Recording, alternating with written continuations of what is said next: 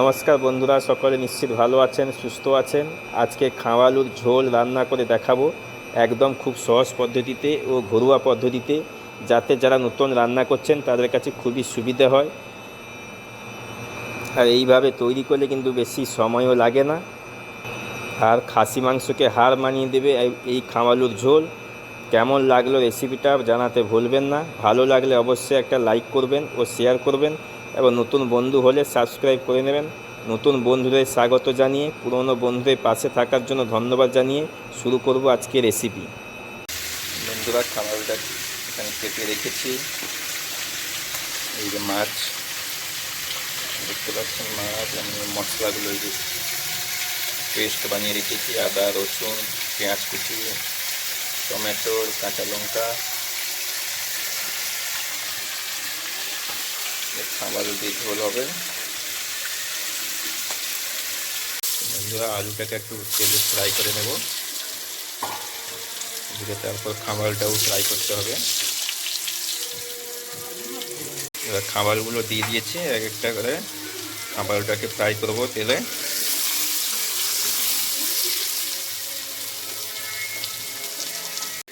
বন্ধুরা, খাবারটা আমার ফ্রাই হয়ে গেছে, এবার এক একটা করে নামিয়ে নেব।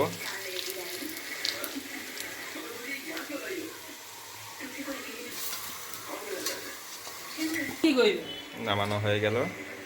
এই যে এবার মশলাটা বানাবো। বন্ধুরা, তেলটা আমি দিয়ে দিয়েছি, তেলও গরম হয়ে গেছে। ও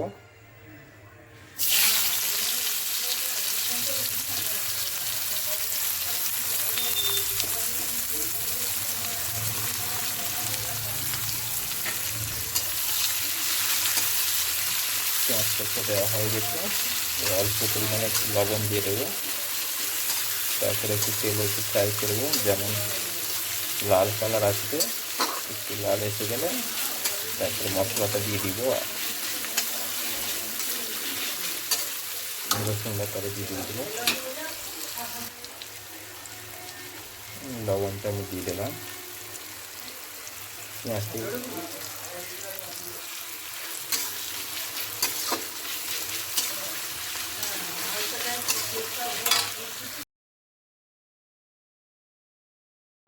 দেখুন বন্ধুরা, পেঁয়াজটা আমার হয়ে গেছে, কালার এসে গেছে।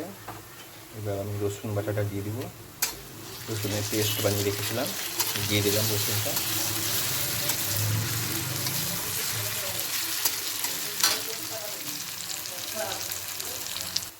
রসুনটা হয়ে গেছে, এবার টমেটোটা দিয়ে দেব।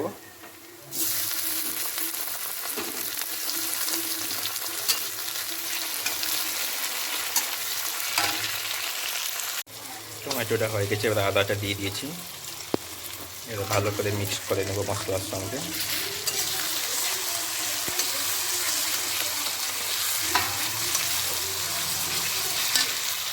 মশলাটা হয়েছে, এবার হলুদের গুঁড়োটা দিয়ে দিব। হলুদটা দিয়ে দিলাম, কিছুটা মিক্স করব মশলার সঙ্গে।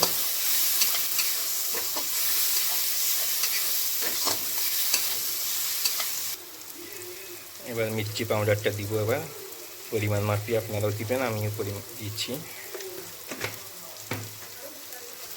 এবার সবগুলোকে একসঙ্গে মিক্স করে নেব। এবার পেস্টের জলটা দিয়ে দিলাম, এবার কিছু সময়ের জন্য ঢাকনা মেরে রেখে দেবো।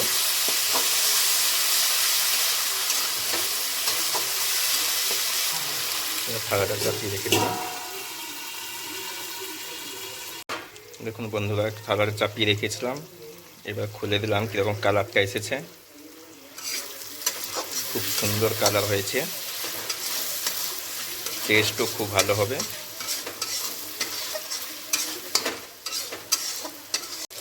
মশলা হয়ে গেছে, এবার খাবালু আর আলু একসঙ্গে দিয়ে দিব। দিয়ে দিচ্ছি, এবার মশলার সঙ্গে ভালো করে মিক্সড করে নেব।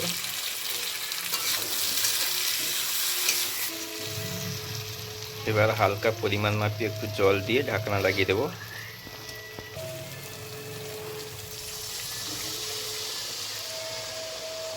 এবার জলের সঙ্গে দিয়ে দিয়েছি, ভালো করে মিক্সড করে নিলাম। এবার 10 মিনিটের জন্য থালা চাপিয়ে রেখে দেব।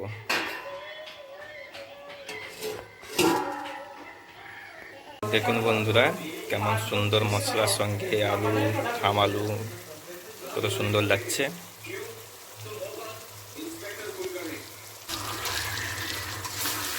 খুব সুন্দর হয়েছে রেসিপিটা। আপনারাও চাইলে এভাবে বানাতে পারেন, অল্প সময়ে হয়ে যাবে রেসিপিটা।